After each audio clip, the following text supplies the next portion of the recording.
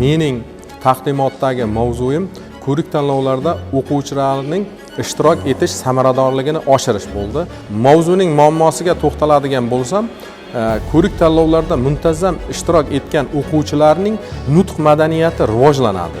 Menejerlik o'quv kursida o'qish davomida maktablarni qanday ta'lim sifatini oshirish, ularning qanday samaradorligini oshirish kerakligi haqidagi bilimlarga ega bo'ldim. Bunga taqdimot jarayoni juda ham yaxshi rejalashtirilgan, taqdimotni topshirish uchun juda ham qulay va shaffoflik asosida o'tdi.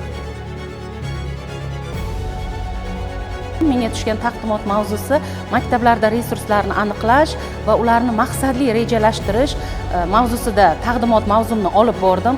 Bunda duch kelgan muammo maktablarda resurslarning yetishmasligi. Men hozirgi taqdimot jarayonida 31 ballni qo'lga kiritdim. Taqdimotimni izohlab berish jarayonida mazmun mohiyatini, maqsadini, oldimga qo'ygan vazifalarimni hammasini o'sha aytib berishda ustozlar tomonidan savol-javoblarga javob berishga harakat qildim va mana shu taqdimotim adolatli, shaffof tarzda o'tganligiga amin bo'ldim.